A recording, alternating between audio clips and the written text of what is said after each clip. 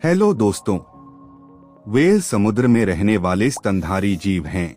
ये दुनिया के सभी प्रमुख महासागरों में पाई जाती हैं, आर्कटिक से अंटार्कटिक तक। सीटेशिया यानी विशाल मछली आर्टियोडैक्टाइला ऑर्डर से संबंधित जलीय स्तनधारियों का एक इंफ्राऑर्डर है, जिसमें व्हेल, डॉल्फिन और पोर्पोइस शामिल हैं। व्हेल दो प्रमुख प्रकार की होती हैं, बलीन व्हेल्स और दांत वाली व्हेल्स।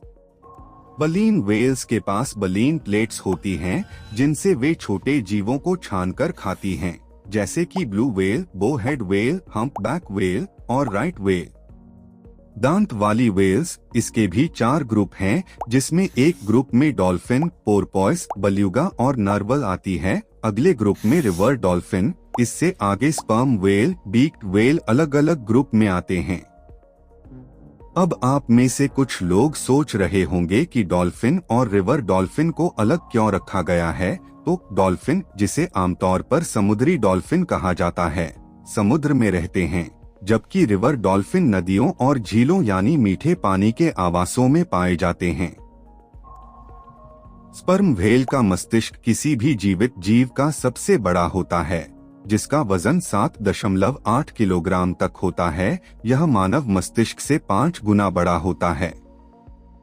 व्हेल्स के नियोकॉर्टेक्स में स्पिंडल न्यूरॉन्स पाए जाते हैं, जो पहले केवल होमिनिड्स, मानव और उनके निकट संबंधी में पाए जाते थे। ये न्यूरॉन्स सामाजिक आचरण, भावनाओं, निर्णय और थ्योरी ऑफ माइंड से जुड़े होते हैं।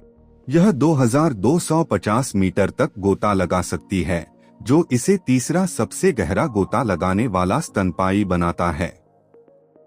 नारवेल, जिसे समुद्र का यूनिकॉर्न कहा जाता है, अपने 10 फीट लंबे सर्पिल दांत के लिए प्रसिद्ध है, जो वास्तव में एक बढ़ा हुआ दांत है।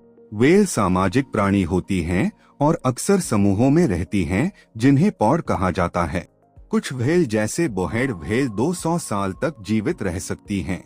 बोहेड व्हेल को पृथ्वी के सबसे लंबे समय तक जीवित रहने वाले स्तनधारियों में गिना जाता है। हम्पबैक व्हेल्स अपनी जटिल और मधुर गीतों के लिए प्रसिद्ध हैं, जो वे संचार और साथी को आकर्षित करने के लिए गाती हैं। उनके गीत 4 से 33 मिनट तक चल सकते हैं और सैकड़ों किलोमीटर तक सुनाई दे सकते हैं। व्हेल्स समुद्री पारिस्थितिकी तंत्र में व्हेल पंप के जरिए पोषक तत्व बढ़ाती हैं। उनका मल समुद्र की सतह पर पोषक तत्वों को लाकर फाइटोप्लांक्टन की वृद्धि में मदद करता है, जिसे व्हेल पंप कहा जाता है। उनकी मृत्यु के बाद उनका शरीर व्हेल फॉल बन जाता है। व्हेल की मृत्यु के बाद उनका शव समुद्र की गहराई में गिरकर कई समुद्री जीवों के लिए भोजन और आवास प्रदान करता है, जिसे व्हेल फॉल कहा जाता है, जो गहराई में जीवन को संतुलित करता है। 20वीं शताब्दी में अत्यधिक शिकार के कारण कई व्हेल प्रजातियां संकट में आ गई थीं। वर्तमान में IWC और अन्य संगठनों द्वारा व्हेल संरक्षण किया जा रहा है। ब्लू व्हेल, जो पृथ्वी पर अब तक का सबसे बड़ा प्राणी है, 100 फीट तक लंबी हो सकती है और इसका वजन 200 टन तक हो सकता है, लगभग 33 हाथियों के बराबर है। अब अंतर्राष्ट्रीय कानूनों द्वारा उनकी सुरक्षा की जाती है। के शरीर पर मोटी वसा की परत, जिसे ब्लबर कहते हैं, ठंडे समुद्री पानी से उनकी रक्षा करती है। समुद्री खाद्य श्रृंखला के शीर्ष पर रहने वाली व्हेलें कार्बन को अवशोषित करके जलवायु परिवर्तन के खिलाफ भी महत्वपूर्ण भूमिका निभाती हैं। एक बड़ी व्हेल औसतन 33 टन CO अवशोषित करती है। इनका आहार मुख्य रूप से क्रिल, झींगा जैसे छोटे जीव पर आधारित है और एक वयस्क ब्लू व्हेल प्रतिदिन 4 टन क्रिल खा सकता है।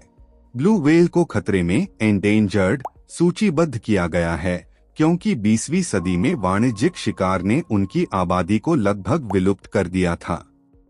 इंटरनेशनल व्हेलिंग कमीशन IWC ने 1985 से वाणिज्यिक शिकार पर प्रतिबंध लगा दिया है। अगर आपको यह वीडियो पसंद आता है तो अपने दोस्तों के साथ शेयर कीजिए। धन्यवाद।